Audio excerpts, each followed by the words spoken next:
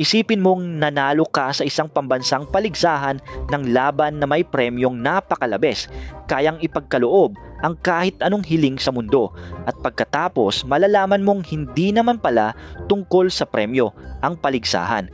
Isang lambat iyon, itinapon sa buong planeta para mahanap ang isang partikular na batang lalaki. At ikaw ang batang iyon. Kaya bakit magmamaniobra ang mga Diyos sa isang martial arts na paligsahan sa high school para lang mailantad ang isang masayahing binatilyo na nakikipaglaban para sa kasiyahan?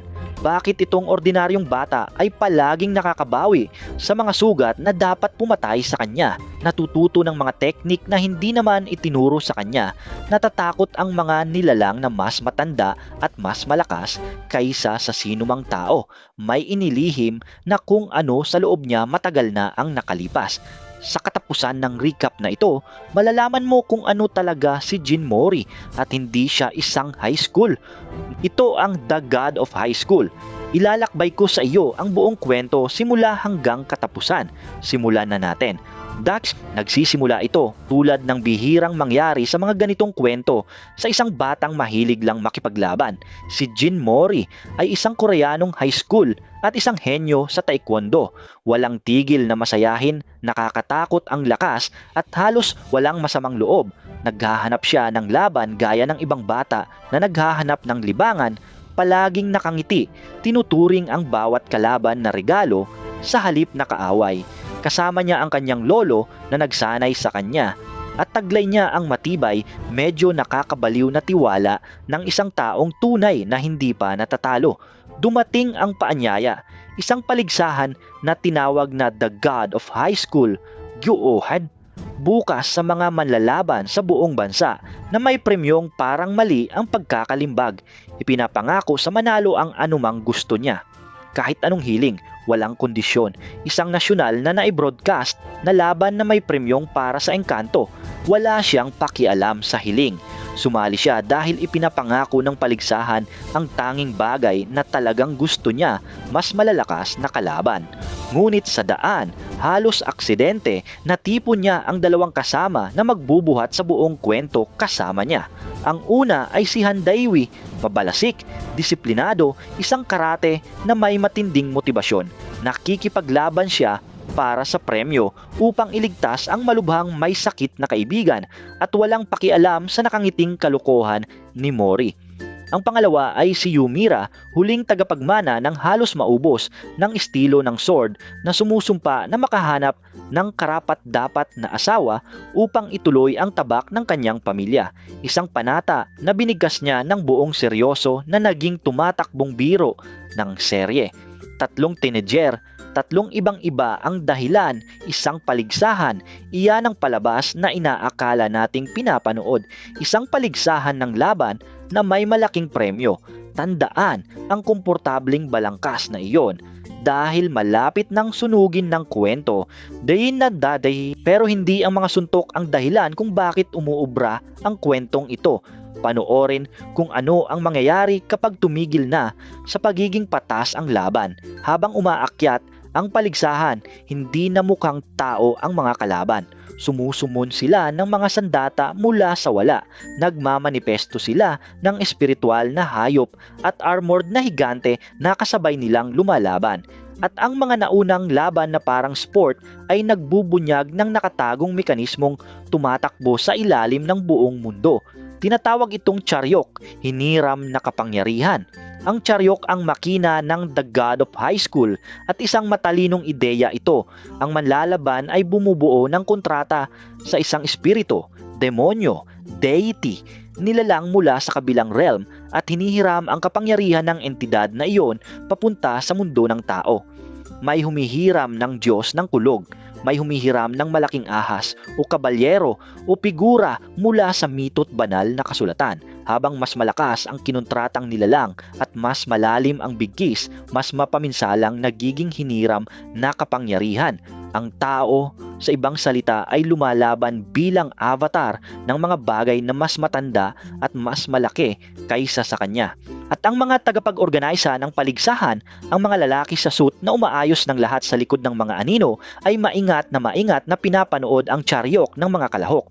Dahil ang GOH ay hindi kailanman talent show, ito ay recruitment drive at screening process na pinapatakbo ng isang organisasyong naghahanap ng manlalaban para sa isang digmaang hindi alam ng publiko. Sa gitna ng organisasyong iyon ay si Park Mujin, ang pangulo ng paligsahan, isang nakangiti, hindi mabasang lalaki na may napakalaking kapangyarihan na tila alam ang mas marami kay Mori kaysa sa dapat malaman ng isang estranghero. Pinapanood niya ang bata na parang manlalaro ng baraha na alam nang nasa deck. Dahil narito ang detalyeng bumabasag sa balangkas, si Jin Mori ay walang charyok, hindi siya humihiram ng Diyos, hindi kumukontrata ng demonyo, at panalo pa rin siya laban sa mga humihiram. Bumabangon siya ulit at ulit, umaangat siya sa gitna ng laban, kinokopya ang galaw, gumagaling sa sugat ng mabilis na inaabangan siya ng mga lalaki sa suite. Hindi siya humihiram ng kapangyarihan mula sa kabila. Nasa kanya na ang kapangyarihan at may isang taong sa kung saan ay dumarating para kunin ito. Kaya lumalaki ang paligsahan at kasabay itong lumalaki ang mundo. Sina Mori, Dewi at Mira ay umaakyat bilang team at bilang individual na halimaw sa mga bracket na patuloy na nagiging brutal. Si Dewi na nagsimula bilang disiplinadong skeptiko ay nagbayad ng mahal na presyo, nawalan ng mata sa isa sa mga tanyag na sagupaan at itinayo muli ang sarili sa batayang husay sa halip na sa hiniram na kapangyarihan. Hinasa ni Mira ang naglalaho ng estilo ng tabak ng kanyang pamilya laban sa mga kalabang tuluyang magwawakas dito. At si Mori, nakangiti sa lahat, ay patuloy na lumalapit sa katotohanang hindi pa niya alam na dala niya. Ngunit habang nakatutok ang kamera sa ring, ang totoong kwento ay dumadaloy sa gilid. May isang pandaigdigang organisasyon sa likod ng GOH at may mga karibal ito. May sekretong lipunan, may mga tagong agenda sa ibabaw ng tagong agenda, at may isang sustansya at pinagmumulan ng kapangyarihan na ilang paksyon ay handang magsimula ng digmaan. Ang paligsahan pala ay isang harapan lamang sa mas malaking labanan tungkol sa kung sino ang kumukontrol ng charyok at tungkol sa hangganan ng mundo ng tao at ang mga realm sa itaas nito. Nagsisimula na ngayong tumagos ang mga realm na iyon. Ang mga laban na dati ay pagitan ng mga high school ay nagiging laban sa miyembro ng sekretong organisasyon. Laban sa nakakatakot na eksperimento, laban sa mga nilalang na humihiram ng Diyos gaya ng mga kaklase ni Mori na humiram ng eskwelahan na tapang. Tumataas ng walang tigil ang saklaw mula sa pambansang paligsahan patungo sa internasyonal hanggang sa isang labanan na hindi na nagkukunwaring sport. At sa tuwing tumataas ang panganib, may gumagalaw kay Jin Mori. Mas mabilis magsara ang sugat niya. Ang instinct niya ay mas malalim kaysa sa maipaliliwanag ng training. Kapag itinutulak siya sa hangganan, kapag talagang nabibigatan ang mga taong pinili niyang protektahan, isang ibang presensya ang kumikislap sa likod ng kanyang masayang mga mata, mas matanda at mas malamig at napakalakas. Iginigiit ng bata na high school lang siya na mahilig makipaglaban. Ang kwento ay tahimik na hindi sumasang-ayon.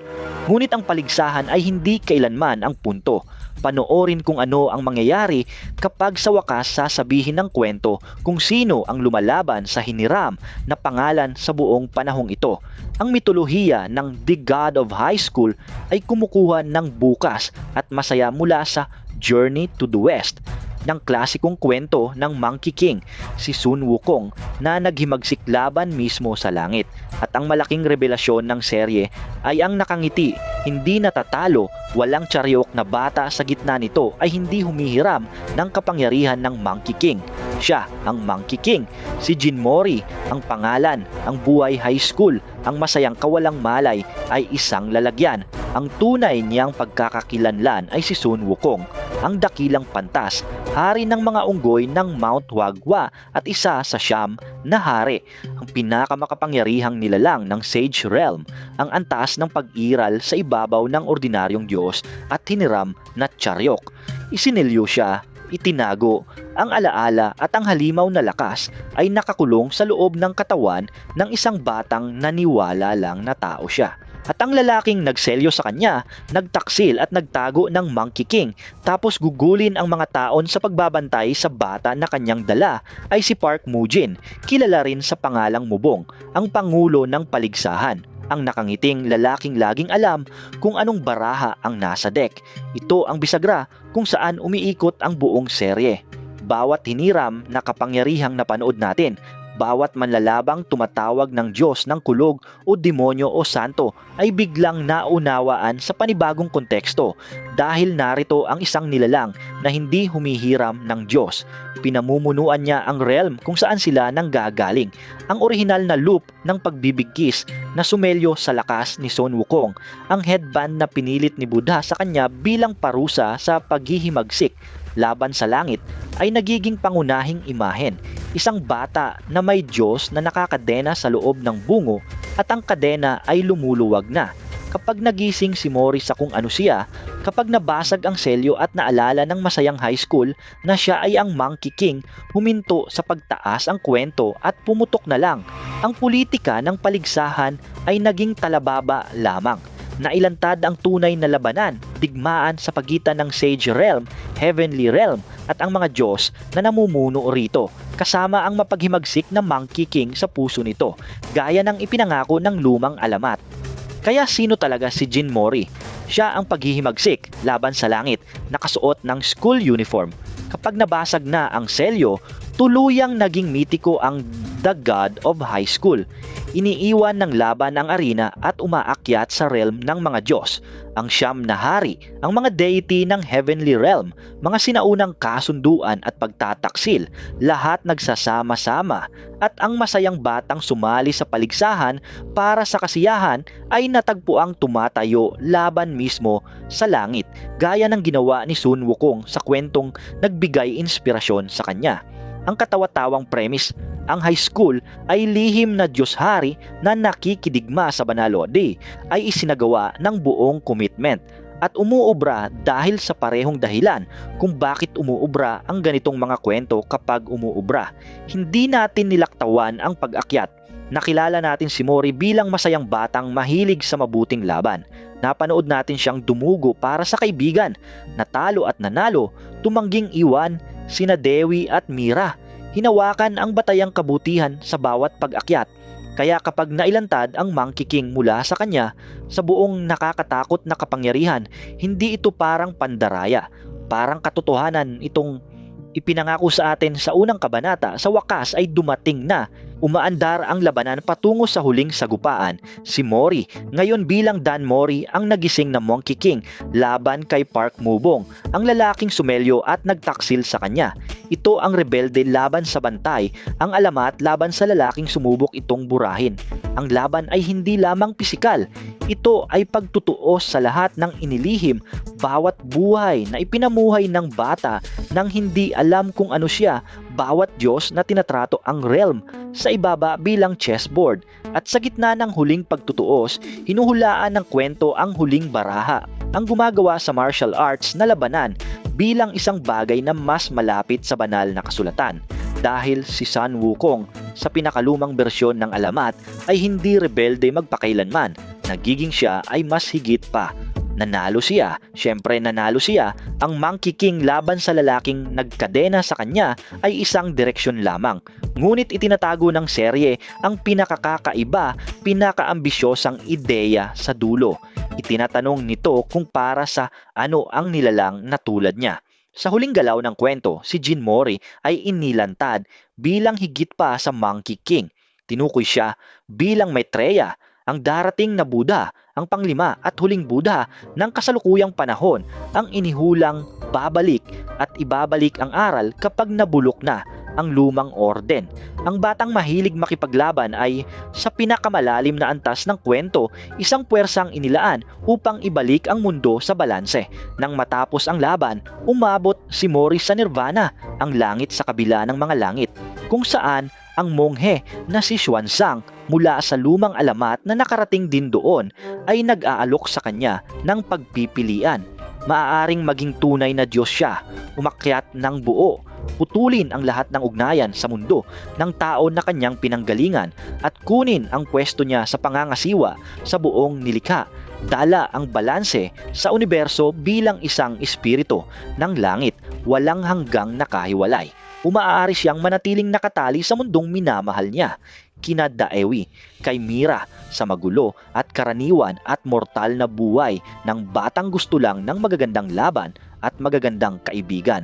Ito ang parehong dilema na nagsasara sa napakaraming alamat at pinapakita ito ng serye ng buong seryoso. Ang buong paglalakbay ng Monkey King ay paghihimagsik laban sa paghahari ng langit. At ngayon, inaalok ng langit ang trono sa halaga ng lahat ng nagpapaging Jin Mori sa halip na Sun Wukong. Ang kadakilaan ng pagiging Diyos laban sa maliit, di mapapalitang init ng pagiging kabilang sa mga tao. Nag-iiwan kapag isinara ang huling kabanata pagkatapos ng 11 taon at higit sa 569 na kabanata. Ang tensyong iyon na hawak sa perpektong balanse, isang Diyos na nagsimula bilang bata, isang rebeldeng inaalok ang mismong langit na kanyang hinimagsik, isang kwentong nagsimula bilang pinakawalang halagang premise na maiisip, isang martial arts na paligsahan sa high school MOOC at nagtapos sa pagtatanong kung ang nilalang na nakaranas ng tunay na banal ay maaari pa ring pumili na maging tao. Iyan ang panlilin lang ng The God of High School. Nagbibihis ito bilang pinakabobo at pinakamasayang uri ng aksyon. At tapos, habang nakangiti ka kay Mori, tahimik itong nagiging pagninilay sa paghihimagsik, sakripisyo at kung ano ang halaga ng pagiging Diyos. Ang The God of High School, Gasubeo High School, ay isinulat at iginuhit ni Park Yong-jae at tumakbo sa Naver Webtoon mula Abril 2011 hanggang sa katapusan noong Nobyembre 2022. Umabot sa finale sa kabanatang 500 at 69 pagkatapos ng higit isang dekada ng linggong seryalisasyon. Naging isa ito sa flagship ng Naverse at isa sa pinakakilalang action webtoons sa buong mundo na may animated na adaptasyon na dinala ang ngiti ni Mori sa milyon. Ito, sa pinakamabuting paraan ay kwentong tumatangging manatiling maliit.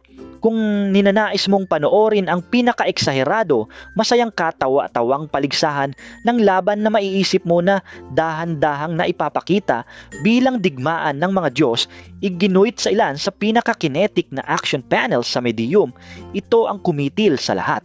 Kung tumagal ka sa recap na ito, mag-subscribe, sinasaklaw ng Manhwa Recap Vault ang mga kwentong nagtatakda ng genre at ang The God of High School ang kung saan natutong lumipad patungong langit ang modernong action webtoon. Salamat sa panunood. Magkita-kita ulit sa susunod na recap.